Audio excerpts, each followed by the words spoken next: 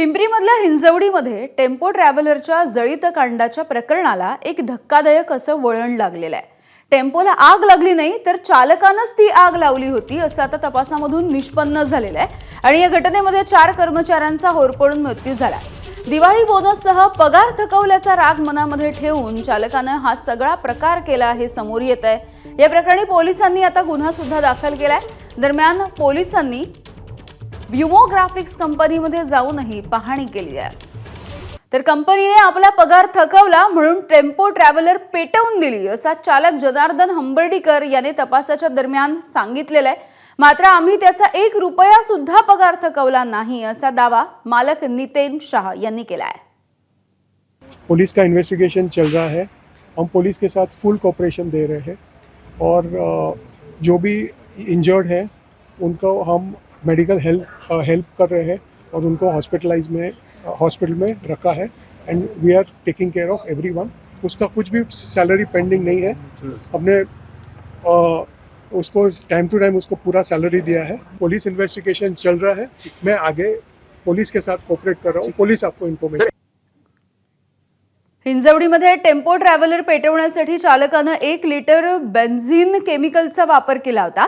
मात्र आणखी 4 litre benzene chemical व्युमो graphics कंपनीमधून चोरीला गेल्याचं आणि ते चालक जनार्दन हंबर्डीकर याच्याकडे असल्याचं बोललं जात आहे। मग उरलेलं बेन्झिन केमिकल कुठे आहे आणि त्याचा वापर नेमका कशासाठी केला जाणार होता याचा तपासही पोलीस करतायत।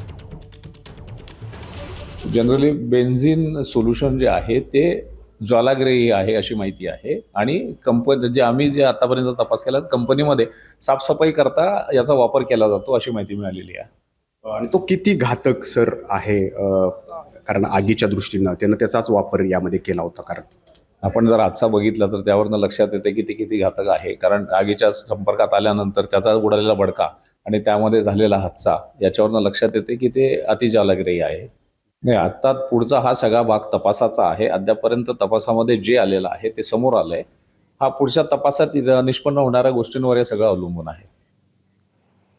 पुण्यामधल्या हिंजवडीमध्ये टेम्पो ट्रॅव्हलरमध्ये होरपळून सुभाष भोसले यांचा मृत्यू झाला आणि आता त्यांच्या भावानं चालक जनार्दन हंबर्डीकर यासोबतच व्युमा ग्राफिक्स कंपनीवरती गुन्हा दाखल करण्याची मागणी केली आहे।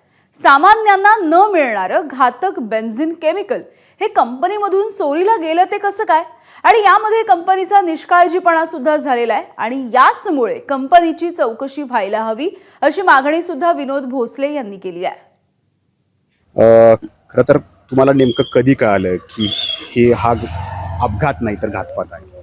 काल संध्याकाळी जेव्हा आम्ही आलो तेव्हा न्यूजवरती जे फ्लॅश झाले, इंस्टाग्राम वगैरे चालू झालं, त्याच्यावरती CCTV फुटेज वगैरे आउट झाले, तेव्हा सगळं कळालं। तर ते चालकांनी सांगितलं की माझे अनेकांशी गाडीत जे त्यांच्यासोबत रोज यायचे त्यांच्याशी वाद होते। तर तुमच्या बंधूशी त्यांचे काही वाद होते? नाही, तसं काही कधी बोलणं पण होत नव्हतं। पण मी कंपनीच्या दृष्टीने आता एवढे वर्ष झाले कामाला आहेत, चालकही नवीन नाही आहे, तोही तेव्हापासूनच जॉबला आहे, त्यामुळे असं काही कृत्य करेल किंवा काही घडत असेल याची कल्पना आम्हाला नव्हती। तुम्हाला नेमकं कुणी कळवलं की हा अपघात नव्हता तर ही एक हत्या होती? नाही, आम्ही काल सोशल मीडियावरती सगळ्यांनी पोस्ट टाकायला सुरुवात केल्या। सगळे व्हिडिओ ग्रुपवरती वगैरे प्रसिद्ध झाले, ज्यांनी बघितलं त्यांनी टाकलं, तेव्हा आम्हाला कळालं की हे असं असं झालंय। ऐकून धक्का बसला? ऑब्विसली बसलाच, पण आता पुढे काही करू शकत नाही। जर गेलाय तो आता त्याला परत तर आणू शकत नाही। व्यक्ती गेलेली आहे, त्याचा मोबदला पैशात तोलणं खूपच हे आहे। मात्र आता काय अपेक्षा आहे? कारण पश्चात कोण कोण आहे आणि त्यांना त्या बदल्यात काय मिळावं अशी काही मागणी आपण करतो? हे मिळावं का ते मिळून असं किती पुरणार आहे? आता त्यांची वाईफ आहे, त्यांचा मुलगा आहे जो आत्ता 11वीला, अजून त्याचं शिक्षण पूर्ण नाही आहे। तर शिक्षण तरी पूर्ण व्हायला हवं होतं त्याच्यानं। तो काही एवढा मोठा नाही की तो आता कमवायला लागेल।